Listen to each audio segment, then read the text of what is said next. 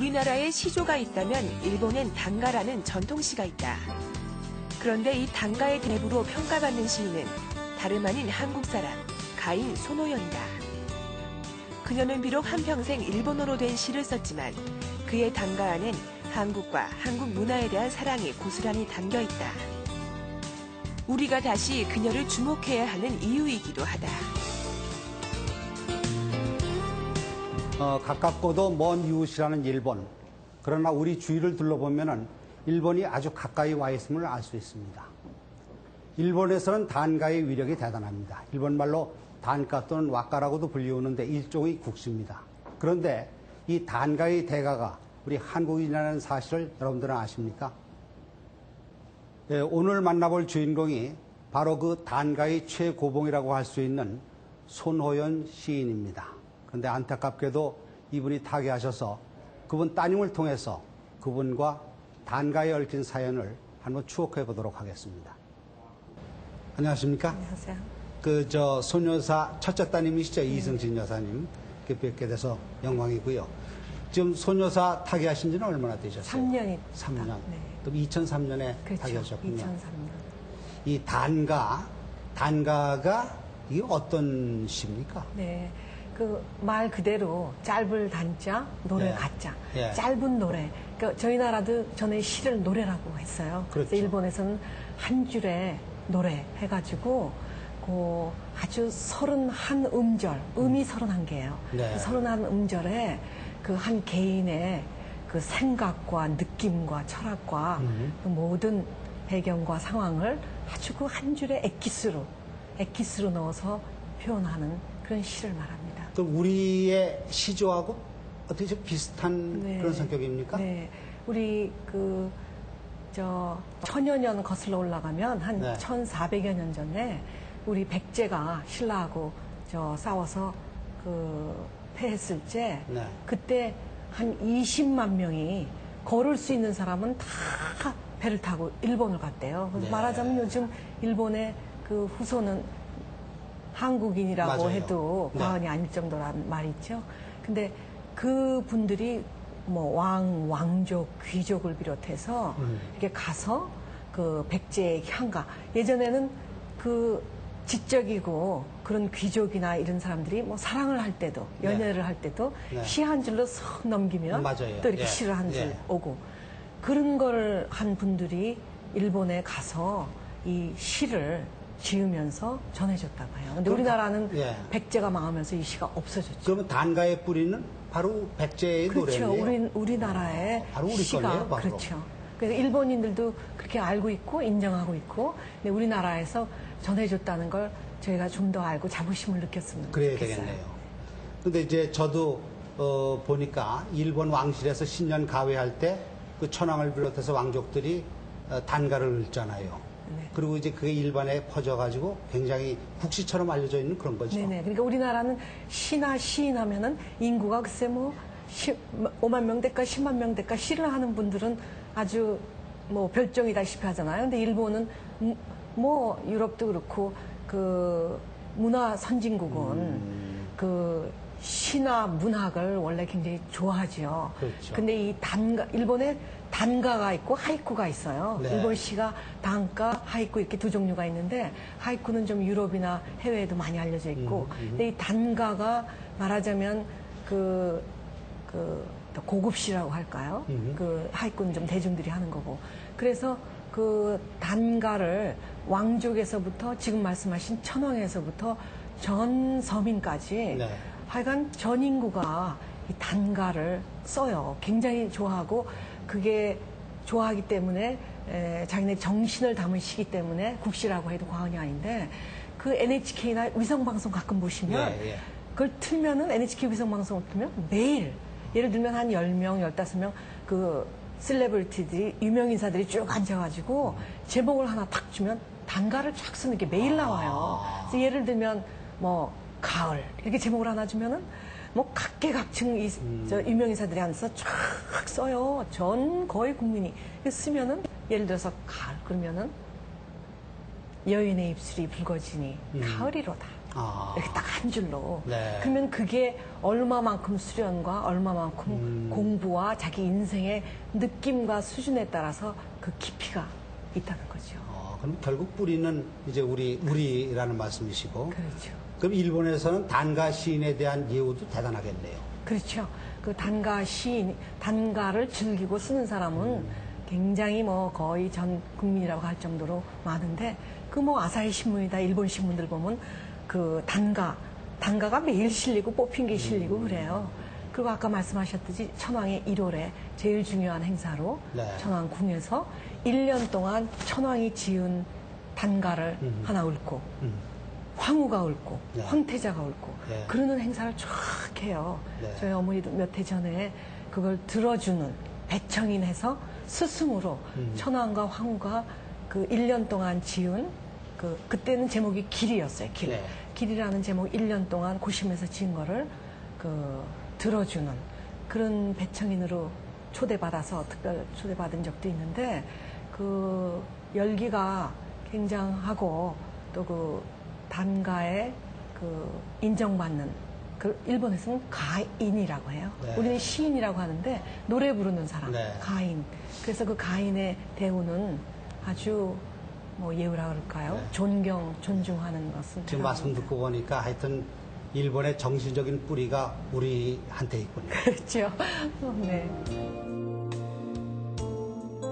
종로구 피론동 소호 갤러리에는 단가의 대가인 손호연의 자리가 있다. 비록 한평생 머물렀던 자택은 사라졌지만 그녀가 시를 쓰던 공간은 그 자리에 그대로 지켜지고 있다. 가인 손호연 선생의 시세계를 감상할 수 있는 시집과 자료를 언제나 만나볼 수 있는 공간이다.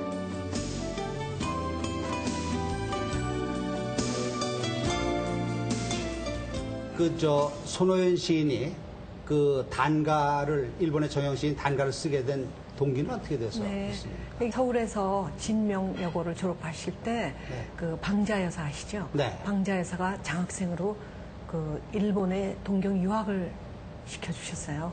그래서 그 동경 제국 여자대학이라고 하는데 거기서 사람들이 그 손호연 선생님이 유학을 하고 왔다 그러면 네. 다 그 문학을 공부한 줄 알아요. 근데 사실은 가정학을 공부하셨는데 거기서 이제 아주 일본의 단가가 유명하고 그러니까 교양으로 단가를 사사하면서 그때 그 스승이 정말 이게 운명이라고 할까요?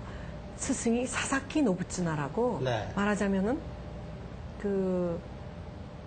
뭐 러시아 같으면 도스토옙스키 같이 그렇게 아주 시성이래요 일본에서. 네.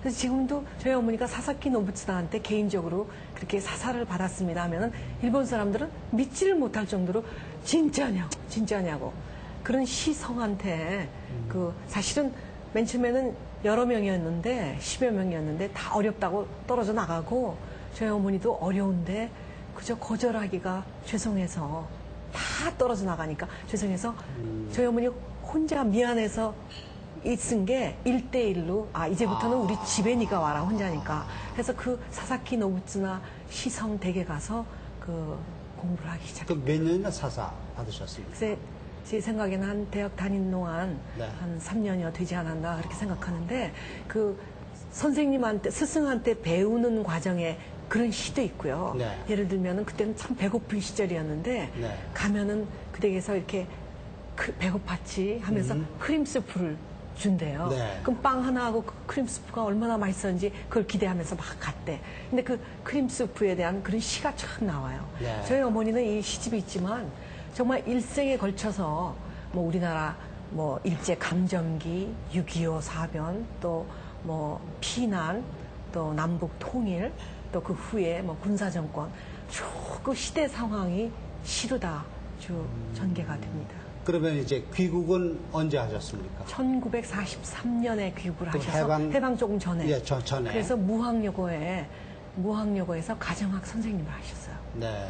근데 귀국하시기 전에 이미 일본에서 호연 가집이라고 그 단가 시집이 출간이 됐습니다. 그때 벌써 시집을 네네. 내셨군요. 네. 그 사사키 노부츠나 선생님이 그저 사사를 받기 위해서 한 게 아니라 손호연 저희 시인 어머니의 그 뛰어난 재능을 이미 간파해가지고 문제가 그래서 뛰어나셨네요. 네, 그래서 그 재능을 보시고. 근데 저는 그 언젠가 정말 제가 어머니에 대한 책을 쓸 때 사사키 노부츠나라는 네. 그 스승에 대해서 꼭 쓰고 싶은 게 그때가 창씨 개명도 하고 우리가 일제시대고 창씨 개명도 해서 우리를 말하자면 일본화시키고 세뇌시키고 이럴 때거든요. 근데 위대한 예술인은 다른 것 같아요. 네. 이 스승께서 손오연 이 학생이죠. 그때는 제자에게 중요한 두 가지 가르침을 줬는데 네. 너는 이 단가의 아름다움을 단가를 쓸 때 너의 조국 조선 나라의 조국의 아름다움과 좋음을 꼭 명심하고 써야지 일본 단가를 절대 흉내내지 마라. 조선의 그 뿌리와 조선의 아름다움 그것을 마음에 명심하고 써라. 그 다음에 그 시대는 그런 때가 아니거든요. 그리고 또 하나는 너가 이거 중간에 중단하려면 나에게 배우지 마라. 일생을 이 단가를 아름답게 써라. 그 두 가지를 명심을 하면서 중간에 그만둬야 할 만한 종이도 6.25 때 없고 그런 어려운 시기가 있었어도 스승의 그 말을 명심해서 중단하지 않고 의식이 다하는 순간까지 하신 거. 또 하나는 이 시를 보시면 알지만 단가가 일본말로 쓰는 한 줄의 시인데 네. 내용은 스승의 가르침을 받아서 한국적이고 조국을 사랑하는 시를 썼다는 거죠. 그럼 전부 다 몇 편이나 쓰셨습니까? 한 2,000여 수 이상을 남기셨습니다. 그러면 이제 귀국하고 나서는 그 쭉 서울에 사셨습니까? 네네네. 네, 어디 그렇죠. 바로 이 자리에 네, 사셨습니까? 여기서 사셨어요. 전에는 이게 300여 년 된 한옥이었거든요. 네. 근데 한 몇 해 전에 최근에 많이 도로를 살려나가면서 이렇게 복합문화 공간을 새로 지었는데 여기서 저희 어머니하고 저희하고 살고 또 어머니가 시를 쓰시고 근데 사실 요즘 번에도 무슨 행사를 하면서 유자여 선생이 여기가 명작의 고향이네요 이런 말을 했는데 그렇네요. 사실은 저희 어머니가 계실 때 시를 맨날 쓰시는구나 그걸 저희가 못 느꼈어요. 저희를 보살피시고 저희 아버지를 보살피고 저희에게 헌신하는 그런 기억이 많지 여기서 그렇게 시를 썼구나 그런 기억이 잘 있지 않은데 그리고 좀 있으면 보면은 몇 년에 한 번씩 그 시집이 출간이 됐어요. 그러면 단가는 이제 물론 일본말로 쓰신 거죠? 그렇죠. 그래서 출간도 동경의 고단샤라고 네. 제일 크고 저 명성 있는 출판사가 있어요. 네. 고단샤에서 늘 출간을 해왔습니다. 그러면 시집은 전부 다 몇 권입니까? 7권을 남기시고 7권. 가셨습니다. 어떻습니까? 이제 해방 후 수십 년간 단가를 써오셨는데, 이제 우리 국민들이 일본에 대한 감정도 그렇고, 제가 보기에는 좀, 질타도 좀 받으신 것 같은데 어떻습니까? 네. 광복됐을 때는, 해방됐을 때는 저도 태어나지 않아서 잘 모르겠습니다만, 광복됐을 때, 네. 일제시대에 받은 고난이나 고통, 이런 걸 이제 생각해서, 일본적인 건 다 없애고, 또 한글만 물론 썼고, 일본말도 없애고, 그랬잖아요. 대신 36년간에 저희가 일본적인 요소는 많이 문화는 들어와 있었겠죠. 네. 그러면서 어머니는 물론 한국말을 저희보다 더 잘하고 한국 학교를 여기서 다녔지만 여기 일제시대니까 한국 학교도 일본말로 교육을 한 때였죠. 그렇죠. 그리고 또 동경 유학하면서 그런 스승한테 단가 교육을 받고 그러면서 그래도 쭉 중단하지 말라는 아까 스승이 말씀대로 네. 쭉 쓰는데 출판 기념회 같은 데서는 인사 말씀하시는 분이 이제는 좀 단가 안 집어쳐라. 네. 우리나라 좋은 글이 있지 않느냐. 네. 그런 말을 들을 때는 어머니가 굉장히 괴로워서 이거를 집어칠까. 그거를 하여간 매일 하루 종일 고민을 했대요. 오랫동안. 지금 말씀 듣고 보니까 이제 우리 문학계에서 좀 이 구박을 받으신 모양인데, 그런데도 불구하고 이 단가를 결국 이제 포기 안 하고 쓰신 거 아니겠습니까? 그 동기는 어디 있다고 보세요? 역시 아까 말씀드린 것처럼 좋은 스승을 어려서 만났고 그 다음에 80년대에 그 세이조 가쿠인이라는 일본에 그 다시 연구하려고 대학원을 들어가셨어요. 근데 그때 나카니시 스스무라는 그 현재 일본 천황의 황후의 단가 스승이기도 한 그런 스승을 두 번째 만나는데 다시 일본 또 가셨군요. 네, 그래서 한 2년 또 대학원을 공부를 하신 적이 있는데 그 두 스승의 영향이 커요. 첫 번째는 아까 말씀드린 것처럼 우리를 일본화 시킬 때 너는 조선의 아름다움만 써라. 두 번째 이 스승은 단가의 뿌리는 백제에 있다. 그러니까 너가 나한테 배우려면은 백제 부여와 백제 있는 데를 가서 그 백마강을 보고 와라. 그럴 정도로 그 한국의 단가의 뿌리라는가 이런 그 일반 일본 국민들은 잘 모르지만 그 심취하고 그 대가들은 한국의 뿌리라는 걸 다 알고 있어요. 그래서 그 두 분 스승의 그런 교육과 가르침 그리고 중단하지 말라는 그 가르침으로 쭉 해온 게 아닌가.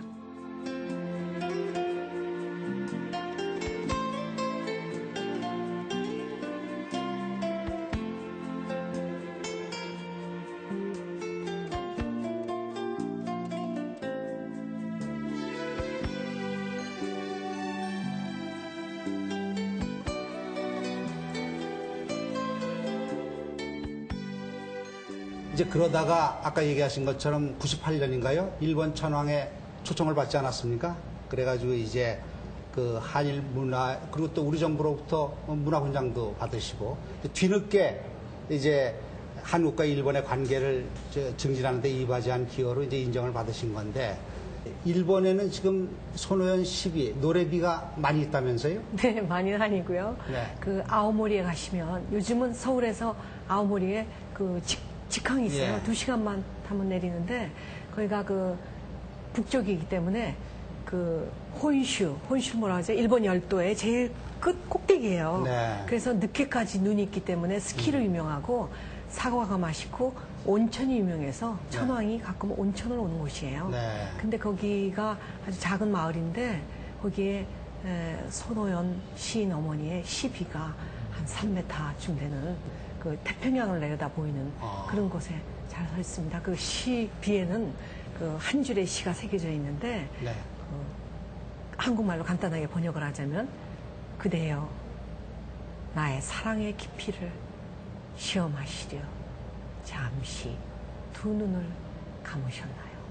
이런 시가 써 있어요. 그건 누구한테 쓴 시입니까? 네, 그게 저희 아버지가 그 어머니 가시기 20년 전에 갑자기 세상을 뜨게 되셨어요.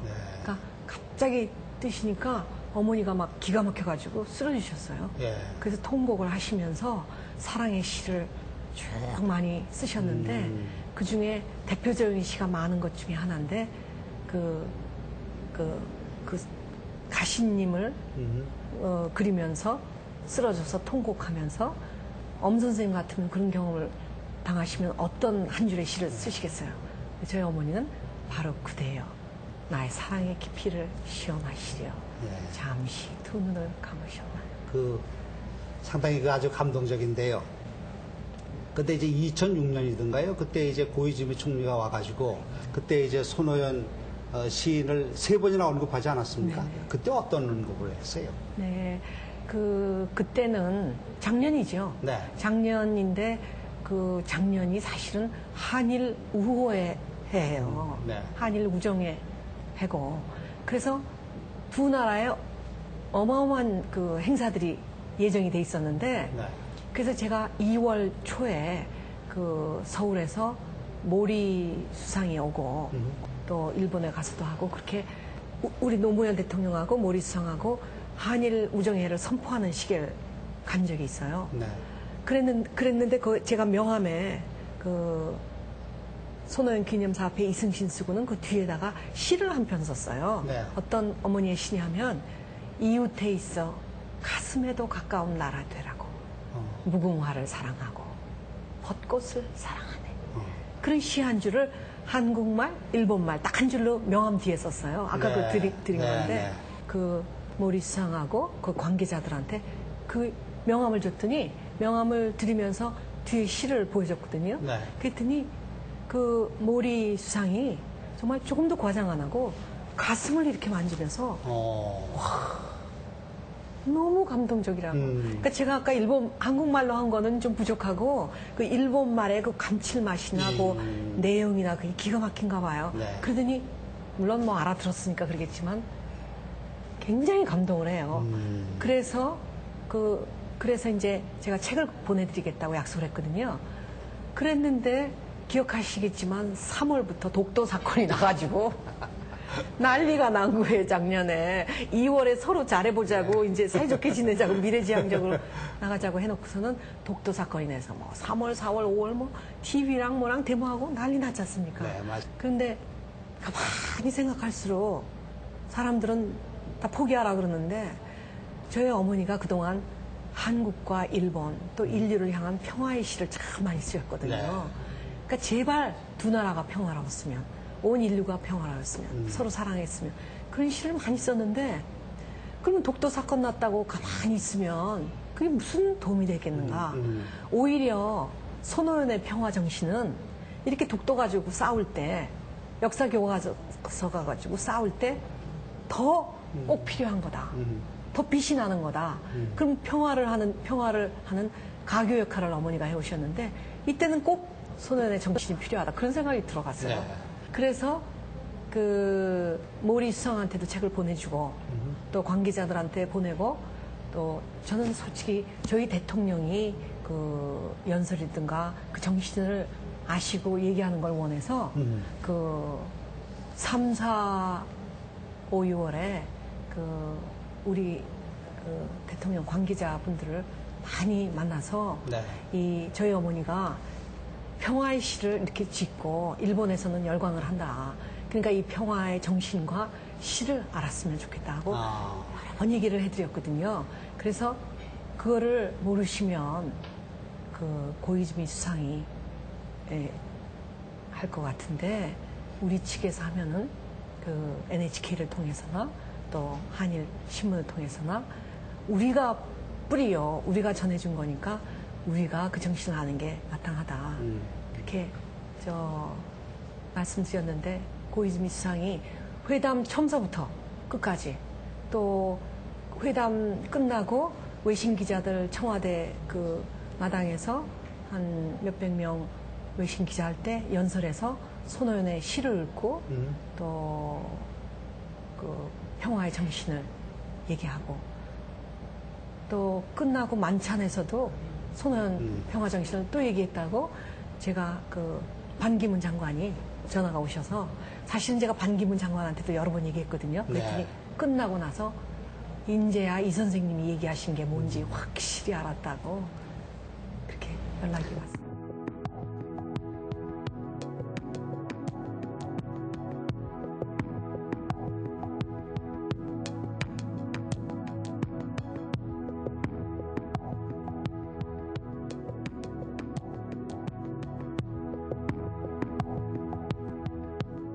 아까도 이제 조금 얘기는 해주셨는데 그 작품의 소재라고 그럴까 그 손오연 시인이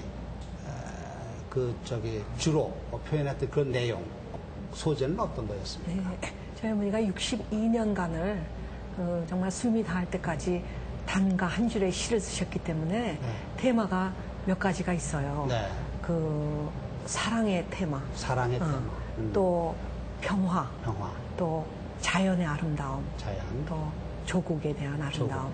그런 한 몇 가지의 테마가 있는데 그 평화는 아까 말씀드린 것처럼 한국과 일본의 그 정말 어머니로서는 조국을 굉장히 사랑하고 또 일본의 존경하는 두 스승이 있는 또 유학을 한 일본의 그 문화랄까 단가도 사랑하고 또 그런데 그 해방이 된 다음에 여러 가지 사건이 많았지 않습니까? 그렇죠. 좋을 때도 있고 그렇지 못할 때도 있고 그래서 그게 참 평화로웠으면 그다음에 나중에는 승화해서 온 인류가 평화로웠으면 전 세계가 싸움이 없었으면 또 우리 조국의 아름다움 조국에 광복하고 나서의 그 아름다움 또 아까 말씀드린 그 저희 아버지 사랑하는 남편이 네. 갑자기 가심으로 인한 그 사랑 그리움 또 사모함 네. 이런 애절한 시들.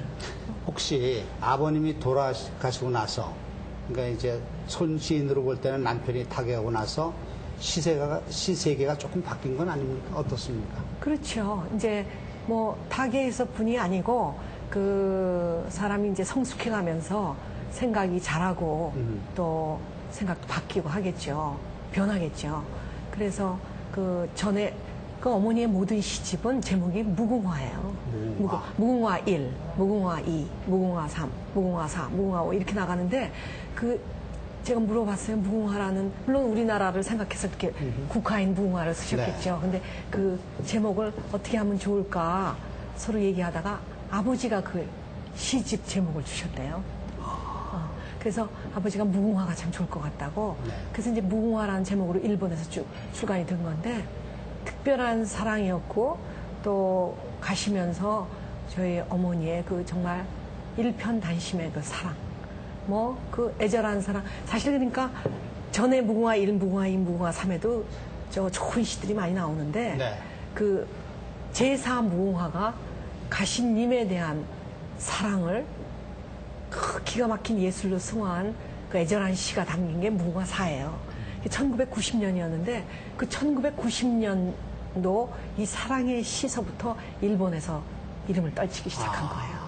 손호연 추모 사업이라고 그럴까요? 지금 어떻게 하고 계십니까? 네, 뭐 지금 그동안 가시기 전에 3년은 어머니하고 둘이 같이 이 그 대표적인 시 270수를 번역을 했고요. 네. 이게 그냥 번역이 아니고 정말 시를 아니 말하자면 서울의 시 사뿐히 지려밟고 가시 없어서 네. 그걸 한번 불란서 말로 해보세요. 예, 그 맞아요. 맛이 안 나올 거잖아요. 그렇죠.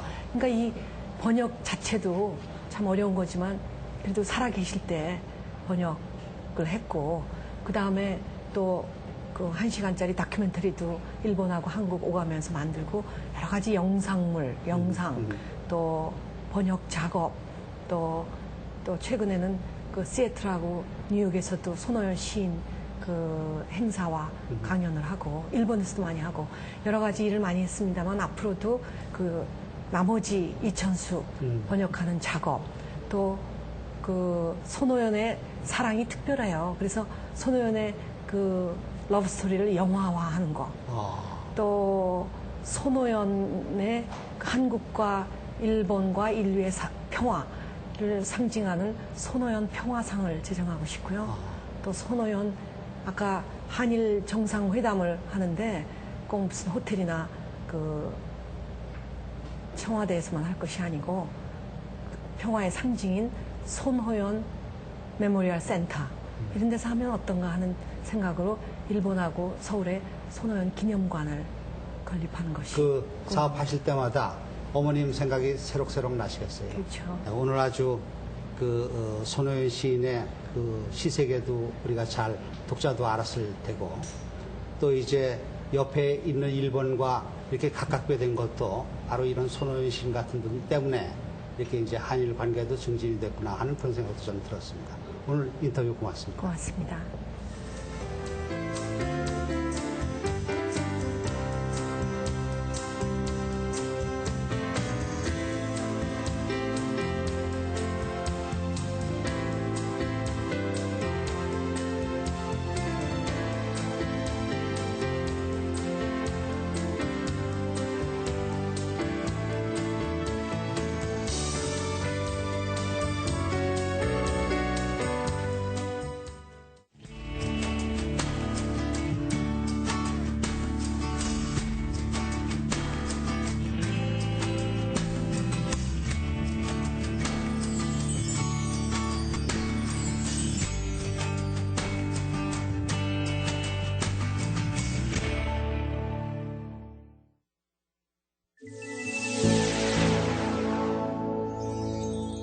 C&M